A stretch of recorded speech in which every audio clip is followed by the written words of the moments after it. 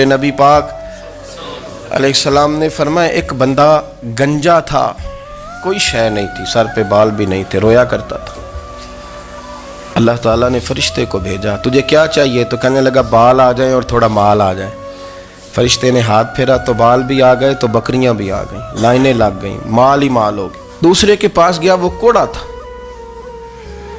اس کو جا کے کہا کیا چاہیے؟ کہنے لگا شفا ہو جائے اور کچھ اللہ تعالیٰ آسانی کر دے۔ شفا بھی ہو گئی، گائیں بھی دے دی، بھینسیں بھی دے دی، مال ہی مال ہو گئی۔ پھر ایک کے پاس گیا، وہ اندھا تھا، تجھے کیا چاہیے؟ اس نے کہا آنکھیں مل جائیں اور کچھ ساتھ اللہ مال دے دے۔ اونٹ ہی اونٹ ہو گئے۔ جب بڑا نواز دیا تو پھر مالک نے امتحان لینے کا ارادہ کیا۔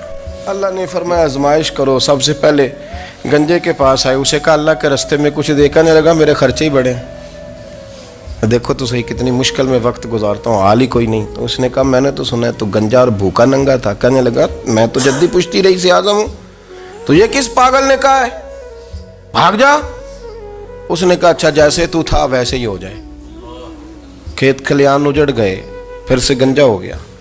حضور علیہ السلام فرمانے لگے، پھر وہ اس کے پاس گیا جو کوڑا تھا، اسے کہا کچھ دے۔ کہنے لگا خرچے ہی بڑے۔ اس نے کہا میں نے تو سنا تو پہلے کوڑا تھا۔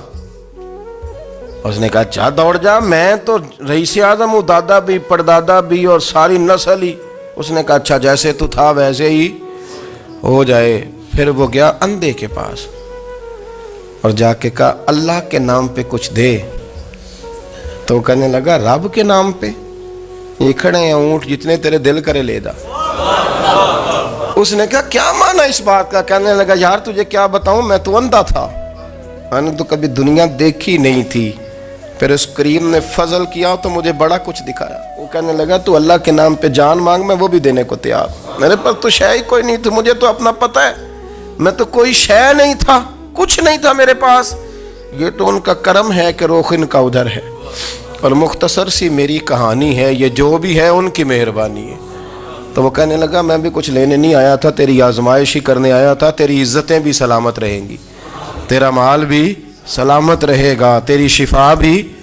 اپنی زندگی میں کبھی بھی اللہ کی بارگاہ سے توجہ ادھر ادھر نہ کریں، چھوڑیں لوگ کیا کر رہے ہیں، دنیا کیا کہہ رہی، کبھی بھی اپنی توجہ دائیں۔ ہمارا یہ مسئلہ بن گیا کہ ہماری سیاست ہے، ہماری دنیا داری ہے، ہم بندوں کو راضی کرنا چاہتے ہیں، ہم دیکھتے ہیں کون کس طرح، اور آپ یقین کریں آپ تھک جائیں گے، بندے راضی نہیں ہوں گے، وہ نہیں راضی ہوتے، آپ ان کو منا کے لائیں گے تو ادھر والے نکل جائیں گے، ادھر کو منائیں گے تو ادھر والے نکل جائیں گے۔ اس چکر سے باہر آئیں، اس رب کو راضی کریں جو فرماتا ہے ایمان لانے کے بعد نیک عمل کر، میں لوگوں کے دلوں میں تیری محبت پیدا کر دوں۔